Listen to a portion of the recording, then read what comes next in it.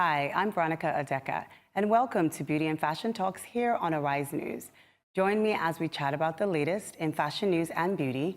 Be sure to keep up with us as we stay on top of trends and key players in the industry within Africa.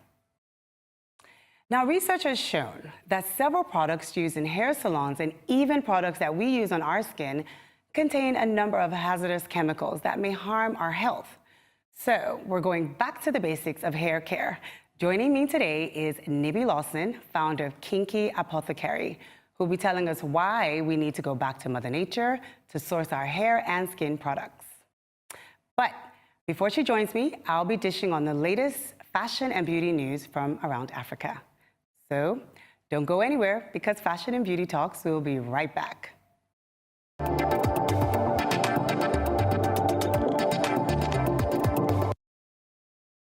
One of the designers who showcased at Arise Fashion Weeks a few weeks ago was Funke Adepoju.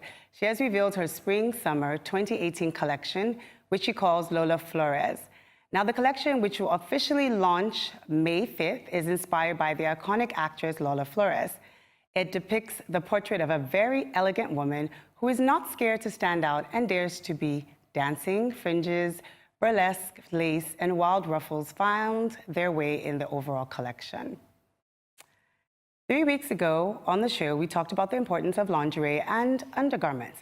Well, apparently, South African celebrity Bonang Matheba agrees with us.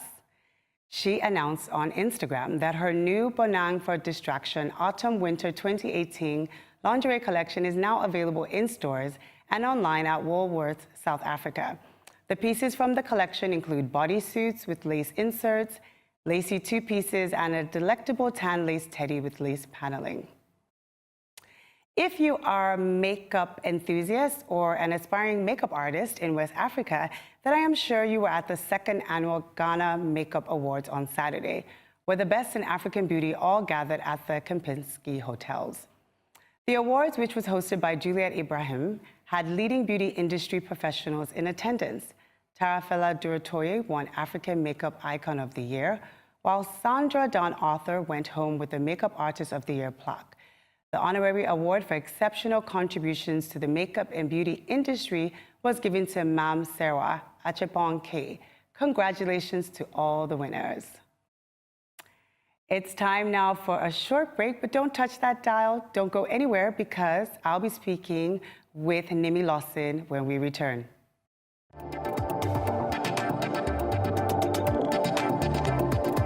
Welcome back to Fashion and Beauty Talks on Arise News. I'm Veronica Adeka. Nibi Lawson started the Kinky Apothecary as a hobby in 2010, aiming to fill the huge gap in the market for suitable chemical-free products for women who had made the decision to go natural. This quickly developed into a fully-fledged business, and the company began rolling out concessions over Lagos.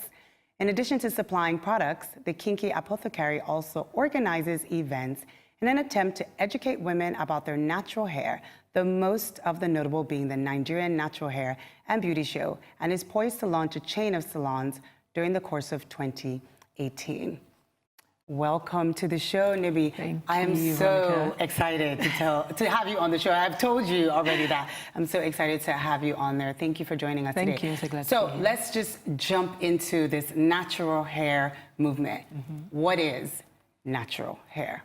Okay, so natural hair is hair that's free of any chemicals that kind of changes the texture of the hair. Okay. So, for example, some people texturize their hair, and because it's curly, they think it's natural, but it's not natural because they're still using a chemical to alter their own natural texture. Okay. So, and then there's a bit of a debate about whether coloured hair is natural. I think it is. I think you can be natural and dye your hair, but it's...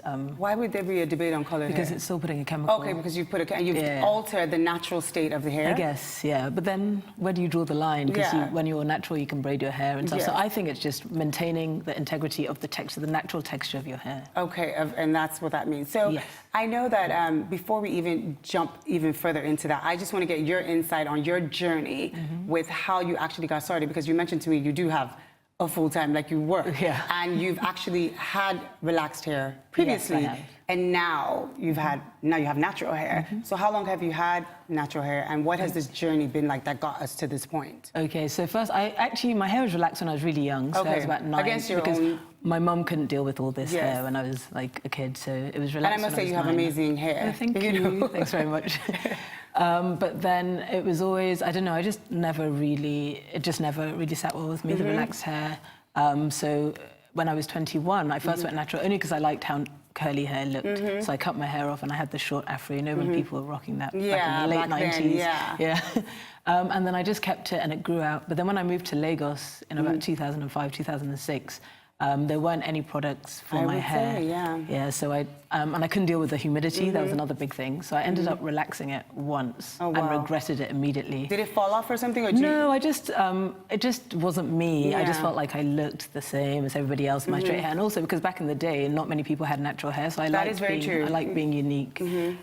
So I just started growing it back out and transitioned straight back. But I just used to braid my hair because I hadn't dealt with this humidity before in my hair. I was doing a lot of research. I knew a lot of products were recommended, which I could never find in Lagos, and that's how I just started this whole... Decided to make your... I feel that most of the time, solutions are always birthed from some sort of personal problem or challenge and stuff like that. And what has the journey been from then on till now? Okay, well, we didn't actually even start with our own line. We started bringing in, retailing products that were recommended on all the natural hair blogs, because all these American, the people are really, really into it. They'll like recommend you 100 products, and you could never find any of them here. So I started bringing them in, and these were products free of things like mineral oil, because most black products contain mineral oil. It's not great for your hair. It just does the opposite of what it's claiming to do.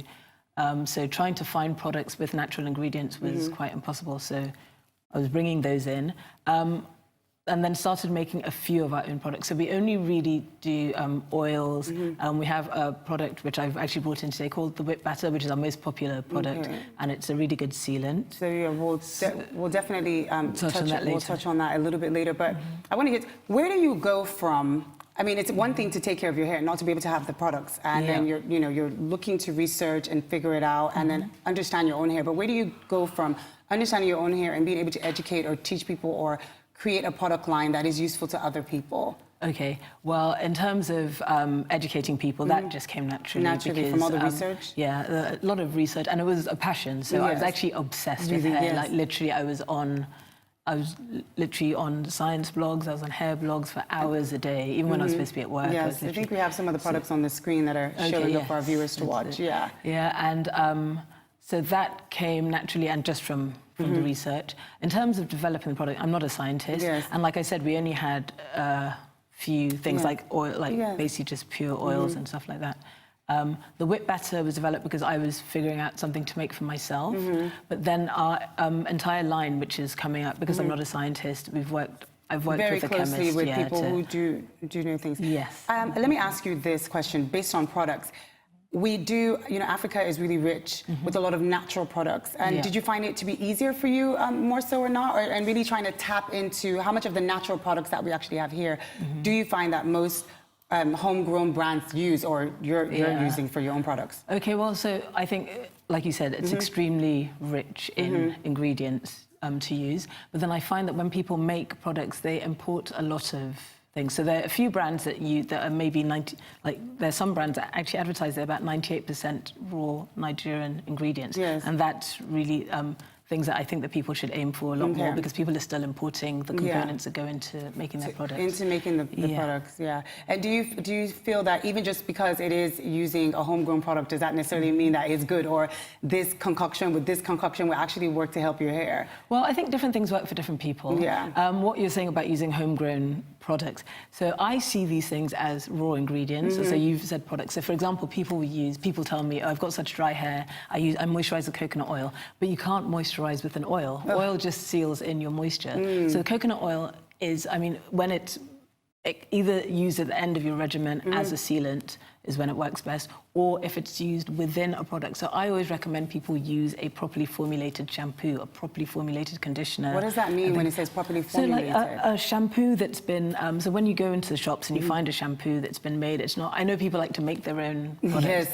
And people like to make their own conditioners, especially. They do. And I find that a lot of the time it lacks what your hair needs. So for example, if you're mashing up avocados and putting in your hair, it's good for nourishment, but it's not providing moisture. Because moisture, you need that water. So here's the, and you know, we talked about this before. I was saying that, you know, there's so much of a myth when it comes to natural hair. I actually feel, and I remember I told you that I said, I almost feel like when you have this natural hair, you decide to go natural. Yeah. It's almost as if there's so much, it's so much more to take care of. What do you think? I mean, from you, you have natural hair, but I feel like that's probably why people relax it, because it's easier to comb, it's easier to style.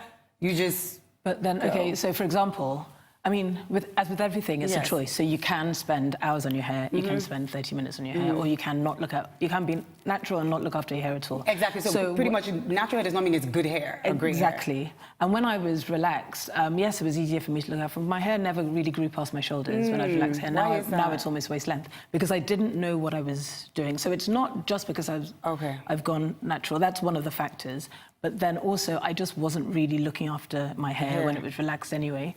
So you know when you comb your hair and you're combing it dry and you have those bits of hair in your comb?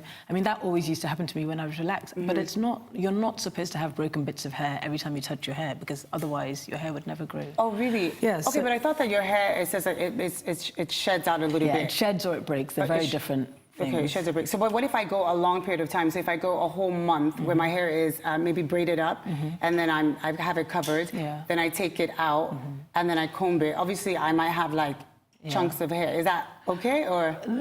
Yes and no. Okay, so shedding and breakage are very different. So shedding is natural, happens every day. You shed about 100 hairs a day on average. Okay. But the difference you can tell, so with shed hair, they're normally the length of your hair, because it's the hair that's grown to its full length. And then there's also a bulb at the end where it's come out of the follicle. Okay. So broken hair can be long or short. It's usually shorter, but it's clean. Yes, so there's a clean break. You have a lot of pieces that's normally caused by mechanical damage or combing. And I never recommend people comb their hair while it's dry. Okay, so tell us this. I have my hair down. So like yours is, for instance, now you had it up and then now you took it down and you want to detangle it. What is the step that I would take to get it done? Okay, so I'd even talk to you, I literally just took out braids, so just the example you've mentioned. So when my hair, I'm taking out a long-term protective style, braids has been in for 2 months or 6 weeks or whatever, and I haven't combed it in that time, there's obviously going to be a lot of hair coming out. So what I make sure is there's no point in breaking your hair when you're taking your hair out, otherwise the whole point of the protective style is wasted, pointless, So what I normally do, you have to be quite gentle with it. First of all, I never do braids that are tiny anyway, but taking them out, make sure my hair is damp. So when your hair is damp and natural, it's so much easier to work with. So maybe I have some spray and I spritz the braid, take it out individually, and then finger detangle, and then possibly, because it's damp, it's fine for me to comb, and then I'll comb or brush that section of the hair and then move on to the next. So sometimes, you know how people go to get their braids taken out, it takes them an hour? Yes. I never do that. So it takes me, usually I do it over the course of 2 evenings. Oh, okay. So maybe one evening I'll do the middle, and then I'll put it back up, go to work the next day, and then the next evening I'll take the rest.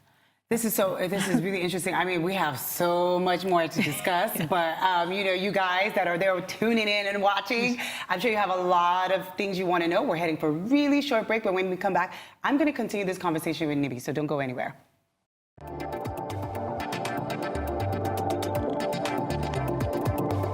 Okay, welcome back to Fashion and Beauty Talks on Arise. I'm Veronica Adeka. And before the break, Nibi Lawson and I were talking about hair care and all of these things to do with your hair. And we left off the conversation on taking out the hair, detangling the hair, because I feel like for a long time I would just take out my hair and just comb it, and then I have chunks.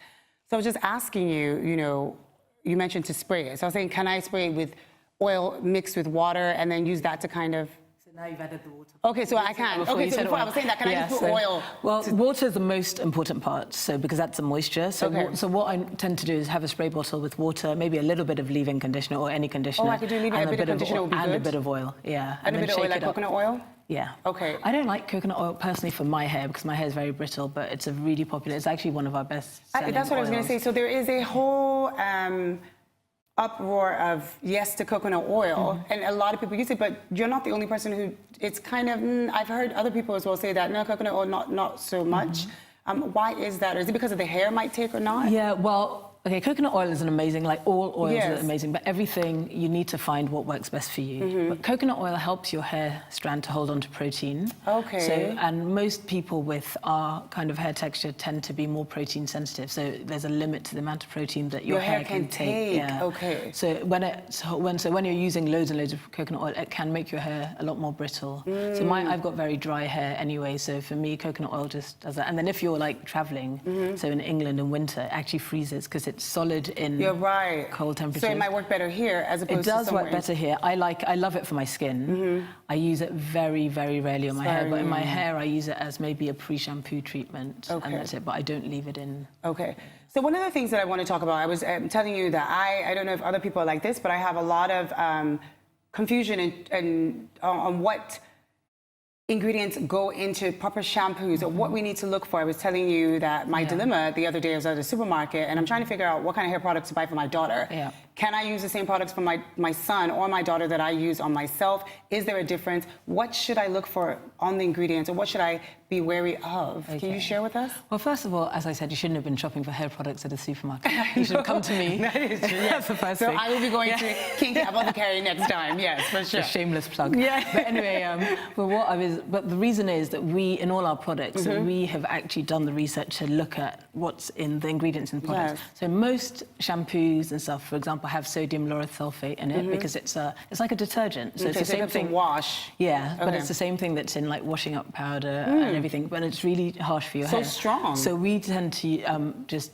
use sulfate-free shampoos. Okay. So that's one thing to look out for. Look at if you're not buying from us and you want to do all the work yourself,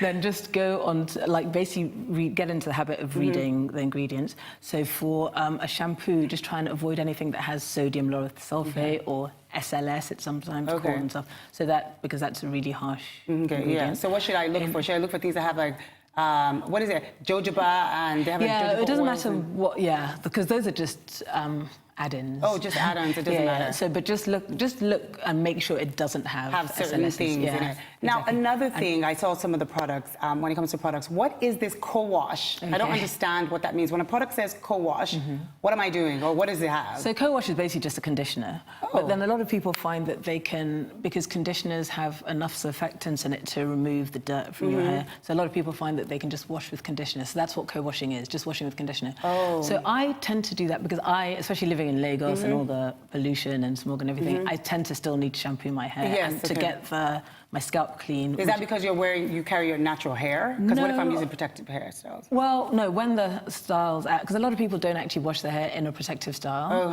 and they do a lot of things with, like, for example, use apple cider vinegar and stuff to clean their scalp. So you can do that. But then when you take that protective style out, I would definitely recommend using a shampoo. Okay, I see what you're saying. But co-washes are generally used. Well, okay, say I wash my hair. Quite often? Yeah, I wash my hair like every 7 to 10 days. Okay. But some people, especially with shorter hair, in between that wash, they might need to put more moisture in, so they'll co-wash. Or if, for example, I want to wash my hair every 7 days, but I think shampoo every 7 days is too harsh. Yes, I can use alternate co-wash. Okay, so moving on to the products, I know that you have here some of your really top selling, and you mentioned it obviously before. What do you have with Well, so I've just got some coconut oil, which is just everyone wants coconut oil, like I mentioned before. And then I've got the whipped batter, which we make. And so tell me about this whipped batter. Sounds yum. It is. Smells delicious, and I'll give you some before we leave. And it's basically a mixture of shea butter, coconut oil. It's got aloe vera in it. So basically, it's a sealant, but I use it more as a sealant. So at the end of my regimen, what I mentioned earlier, you get all the moisture in with water-based products, and then you seal with an oil-based product, and that's what... that would be an oil-based product. But everyone uses it for everything as well. It's good for your skin. It's good for, like, my sister-in-law uses it as a lip balm as well. You can use this for everything? Yeah. Okay, great. So here's another question, because even I personally, and I'm so sure people are like, Veronica, ask her this question.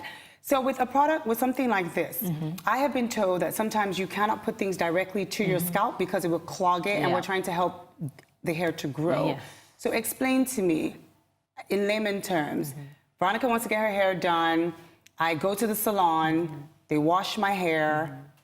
after washing my hair, give me the 3 steps that follow that of how I get to this. There are 5 steps. Okay, tell us the 5 steps. With doing your hair. So there's cleanse. You have to cleanse first. So that's a shampoo. So I shampoo my hair. Yep. I condition my hair. You condition, and that's the most important step. Very important, guys. Condition, and if possible, try and deep condition every time you wash. So that's putting on your conditioner and maybe using steam. And if it's a steamer, I know people like to use a plastic cap, don't. So have it open, so maybe just put clips in it. So the water penetrates the hair shaft. Oh, okay, no hair cap. Yeah. Okay, wait. But what if I'm at home? Okay, well, so if you don't have a steamer at home, then you would need to put a cap on a hot towel kind of or something. Yeah, or if you're using a hooded dryer. So with a dryer, use a cap.